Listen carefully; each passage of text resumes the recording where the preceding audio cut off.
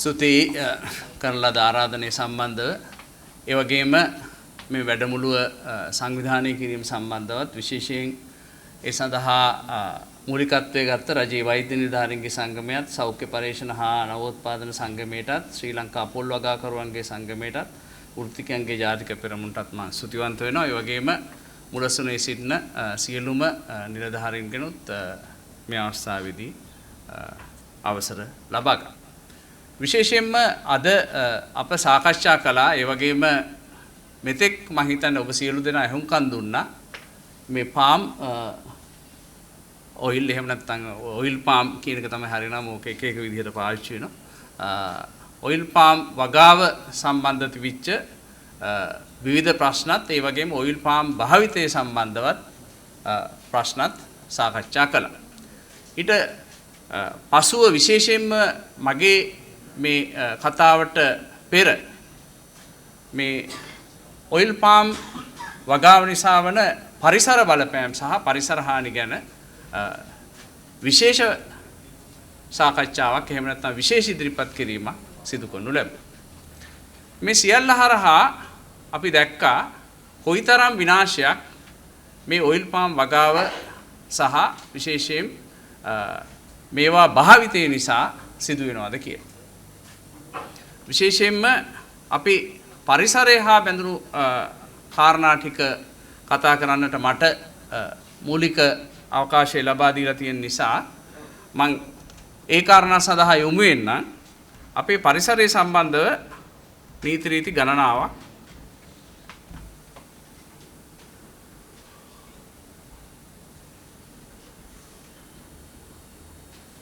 පරිසරය ආරක්ෂා කිරීම සම්බන්ධව අපේ රටේ තියෙන නීති රීති ගණනාවක් මේ ඔයිල් පාම් වගාව නිසා උල්ලංඝනය වෙනවා. ඒ වගේම මේ ඔයිල් පාම් වගාව සිදු කරන ක්‍රමවේදය දිහා බලපුවාම මේ පරිසර නීති උල්ලංඝනය මෙතරම් වෙමින් තිබීදී ඇයි ඒ සම්බන්ධව පියවරක් බලධාරීන් විසින් ගන්න නැත්තේ රටේ තියෙන නීති ඒ සම්බන්ධව ක්‍රියාත්මක නොකරන්නේ කියන එක අපිට ලොකු ප්‍රශ්නයක්.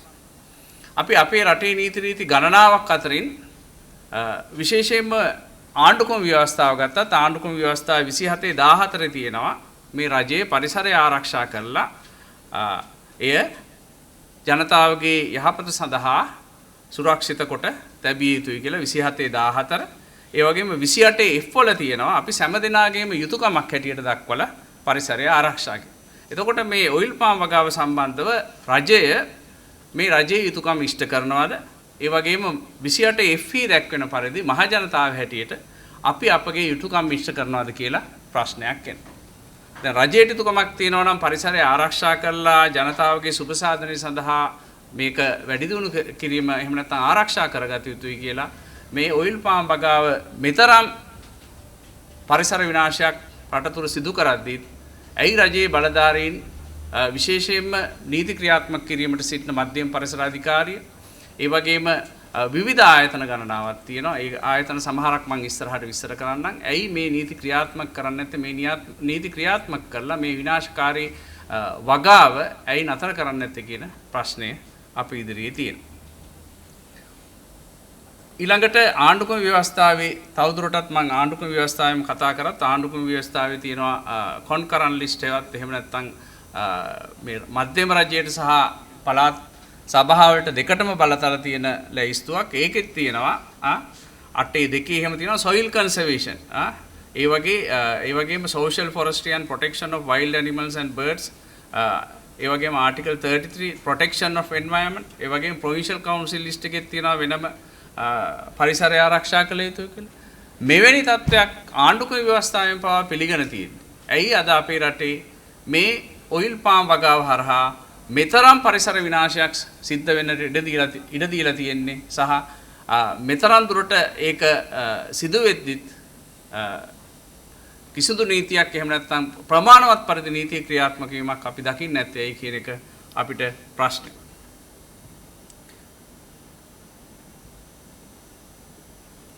ඊළඟට මේ පරිසරය ආරක්ෂා කිරීම සම්බන්ධව තියෙනවා ට්‍රස්ට් ඩොක්ට්‍රීන් කියන එක. ට්‍රස්ට් ඩොක්ට්‍රීන් කියන එක කියන්නේ මේ පරිසරය කියන එක ආණ්ඩුවකට හෝ පාලකින්ට අයිති දෙයක් නෙවෙයි කියන එකයි. මේ පරිසරය කියන එක අයිති අනාගත පරම්පරාව. එතකොට මේ පවතින පාලකයෝ එහෙම නැත්නම් පවතින ආණ්ඩුවක් මේ අනාගත පරම්පරාව වෙනුවෙන් තමයි පරිසරය පාලනය කරන්නේ. ඒගොල්ලන්ට තියෙන්නේ පාලනය කිරීම එහෙම නැත්නම් කළමනාකරණය කිරීමේ වගකීම් විතරයි. පරිසරය අනාගත පරම්පරාව වෙනුවට අනාගත පරම්පරාවට විනාශ කරපු පරිසරයක් දීමේ හැකියාවක් බලයක් අයිතියක් පාලකීන්ට හෝ ආණ්ඩුවකට නැහැ. එහෙම නිසා යම්කිසි කණ්ඩායමක් මේ පරිසරය අනාගත පරම්පරාවට වැඩක් ගන්න බැරි තරමට විනාශ කරනවා. අනාගත පරම්පරාවට මේ පරිසරයේ අයිතිවාසිකම් භුක්ති විඳින්න බැරි තරමට මේ පරිසරය විනාශ කරනවා නම් මම හිතන්නේ ඒකට ඉඩ දීම කිසිදු රජයක හෝ කිසිදු බලධාරියෙක්ගේ යුතුයකමක් නෙවෙයි. ඒ සම්බන්ධව ලංකාවේ පිළිගත් නඩු තීන්දුව නීතියෙන් පවා පැහැදිලිව පිළි අරන් තියෙනවා. ඒ තත්වයට ඉඩ දිය යුතු නැහැ කියලා.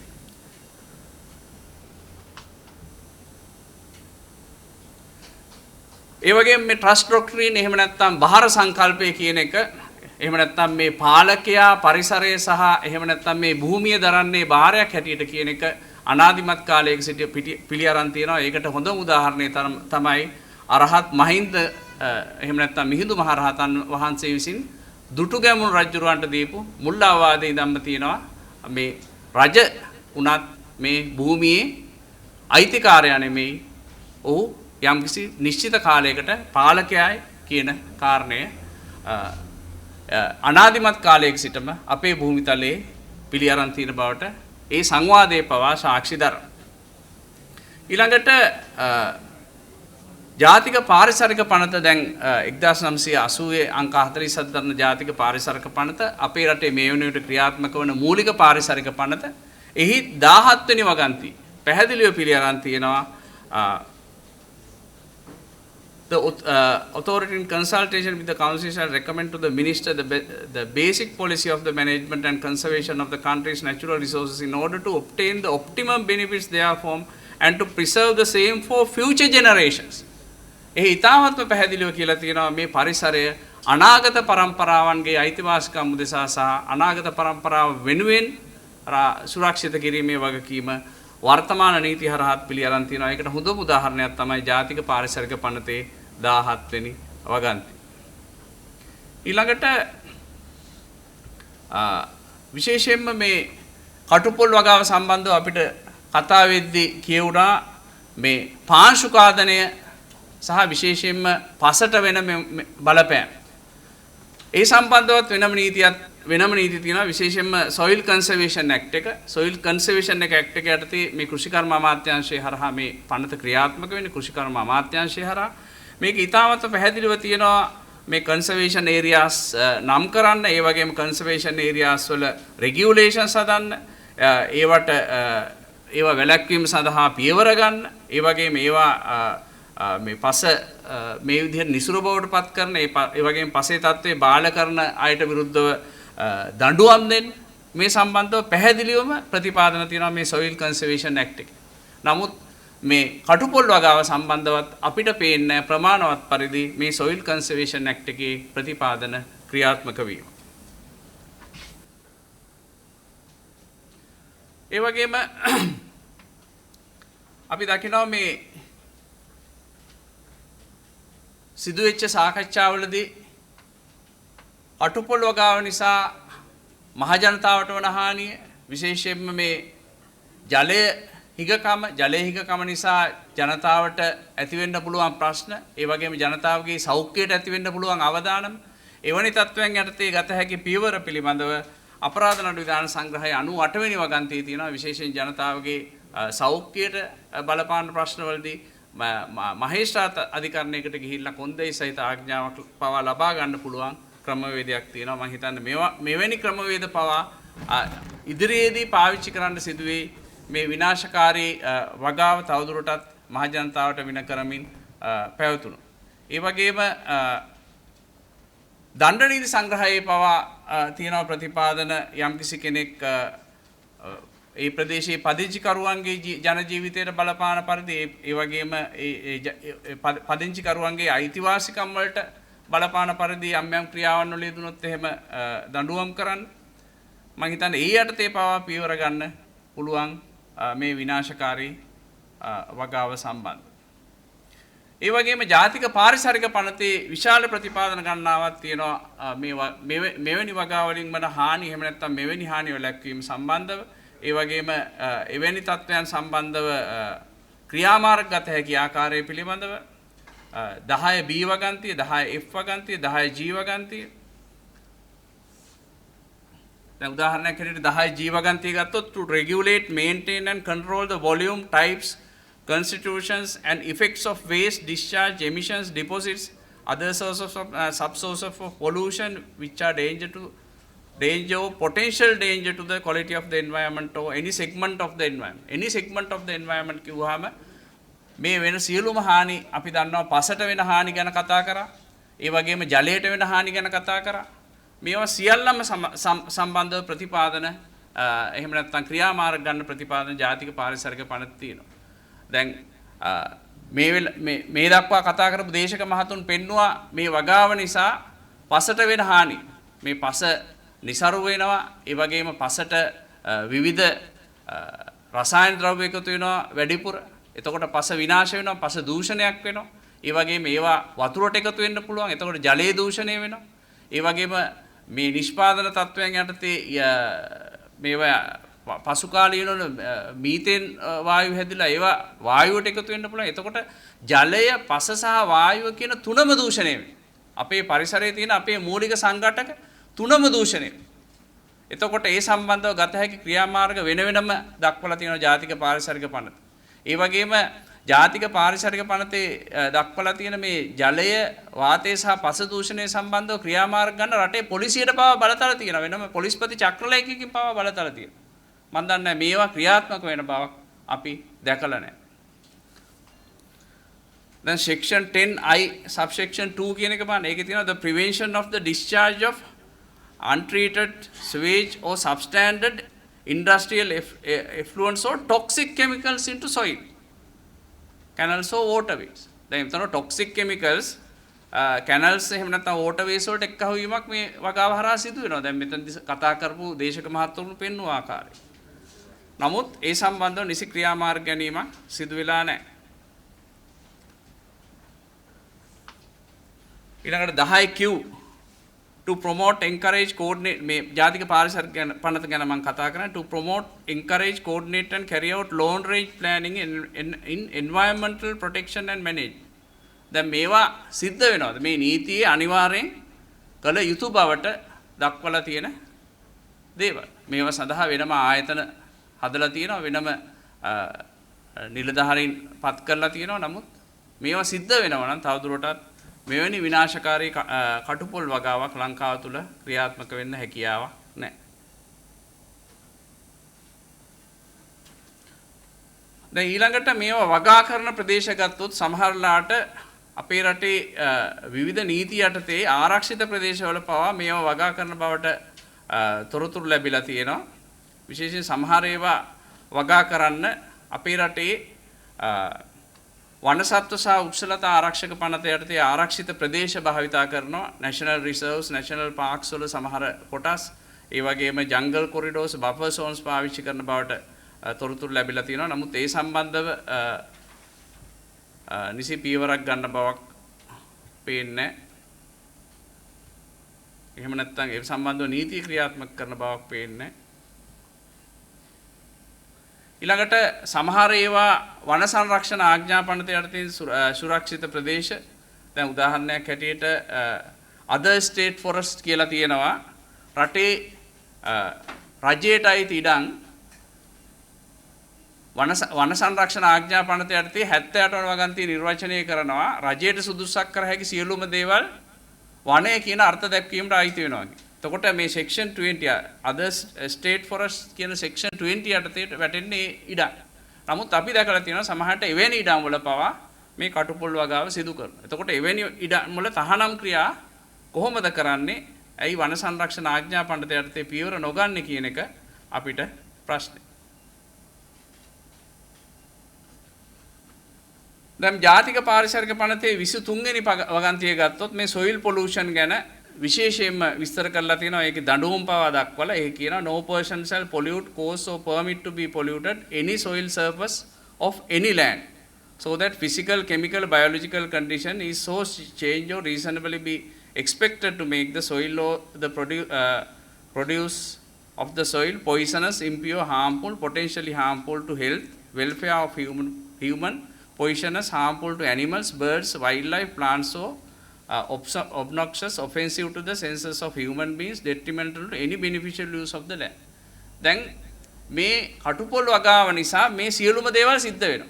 මේ බොහෝ දේවල් සිද්ධ වෙනවා. එතකොට මේක දඬුවම් ලැබිය හැකි පරදක් ජාතික පාරිසරික පනතයට. රුපියල් 10,000 සිට ලක්ෂය දක්වා දඩ නියම කළ හැකි වරදක්. එතකොට මේ වැරදි සඳහා ප්‍රමාණවත් විදිහට දඬුවම් ලබා දීමට කටයුතු කරනවාද කියන එක අද අපිට ප්‍රශ්නයක්. මේ බලධාරීන් ඇයි මේවට කටයුතු නොකරන්නේ? එහෙම නැත්නම් ගත යුතු පියවර ගැනීම සඳහා මම හිතන්නේ වෙනත් ක්‍රියාමාර්ග ගන්නට ජනතාව හැටියට මම හිතන්නේ අපි එකතු වෙලා පියවර ගත යුතුයි කියන එකයි මගේ හැඟීම. මේ බලධාරීන් මේ සම්බන්ධව පියවර ගන්නේ නැත්නම්.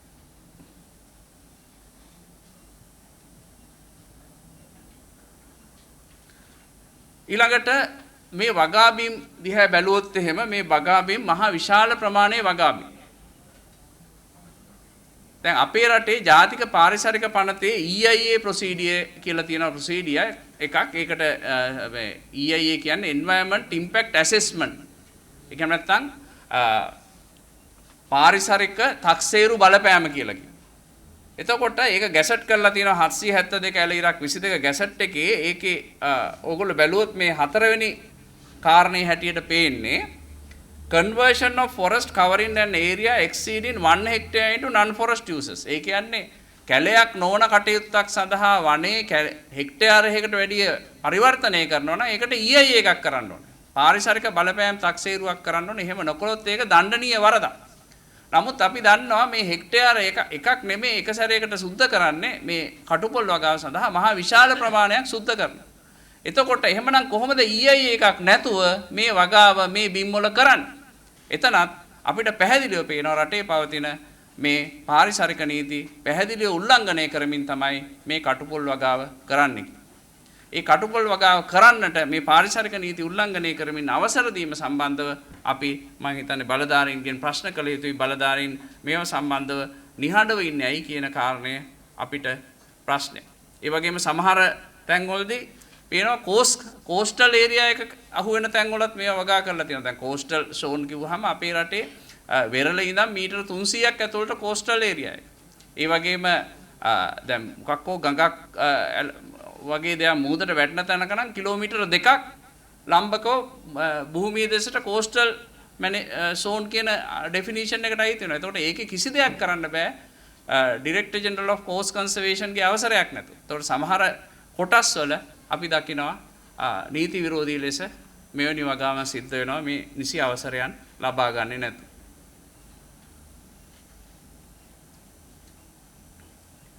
ඊළඟට මෙතනදී සඳහන් විශේෂයෙන් මම මේ ප්‍රසන්ටේෂන් එකේ සඳහන් නොකළත් තිබුච්ච සාකච්ඡා වෙච්ච සමහර කාරණා පිළිබඳව නෛතික අවධානයක් යොමු කළ යුතුයි කියලා මට හිතෙනවා. විශේෂයෙන්ම අපේ රටේ පවතින නීතියේ පැහැදිලිවම තියෙනවා විශේෂයෙන් ෆුඩ් ඇක්ට් එක තියෙනවා කන්සියුමර් ඇෆෙයාර්ස් ඔතොරිටි ඇක්ට් එකේ තියෙනවා අපේ පරිභෝජනයේ නුසුදුසු දේවල් මනුෂ්‍ය ශරීරයට ඇතුල් වීමට ඉඩ ලැබෙන පරිදි රටේ විකිණීමට තැබීම ඒ වගේම සංසරණය කිරීම ඒවා වැරදි බවට පත් කරනවා.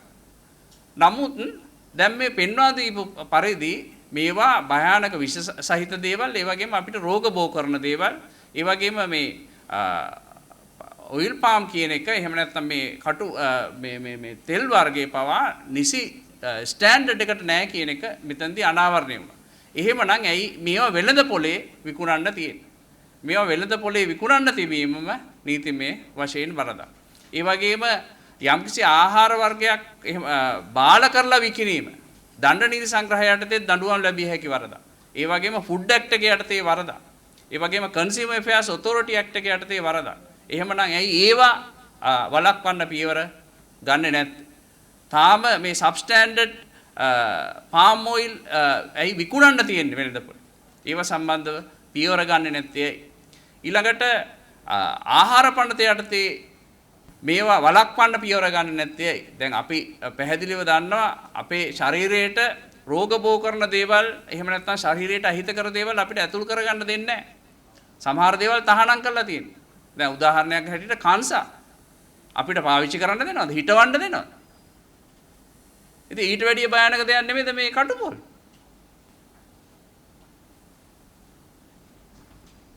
එහෙමනම් මේ කටුපොල් හිටවන්න දෙනවා නම් මේ කංසත් වගා කරන්න දෙන්න වෙනවා.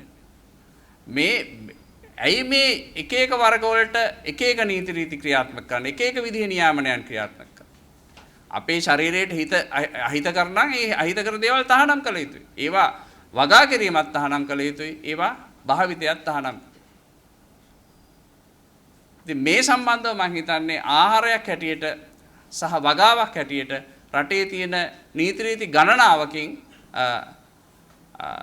මේවා පාලනය කිරීමට හැකි වුවත් මම හිතන්නේ බලධාරීන්ගෙන් ඇස් තාම ඇරිලා නැති බවක් එහෙම නැත්නම් බලධාරීන් ඒ සඳහා නිසි අවධානයක් යොමු කර නැති බවක් තමයි අපිට පේන්නේ. පාරිසරික පැත්ත විතරක් නෙමෙයි පාරිසරික නොවන ආහාර පනත ඒ වගේම කන්සියුමර් ඇෆෙයර්ස් ඔතොරිටි ඇක්ට් එක සහ වෙනත් නීති රීති පවා නිසි ආකාරයෙන් ක්‍රියාත්මක කිරීමට මම හිතන්නේ බලධාරීන් පියවර ගන්නටත් ඕනේ. රටේ ජනතාව හැටියට අපිට ගත හැකි පියවර ගන්නටත් අපි කටයුතු කර යුතුයි කියන එකයි මගේ අදහස. බොහොම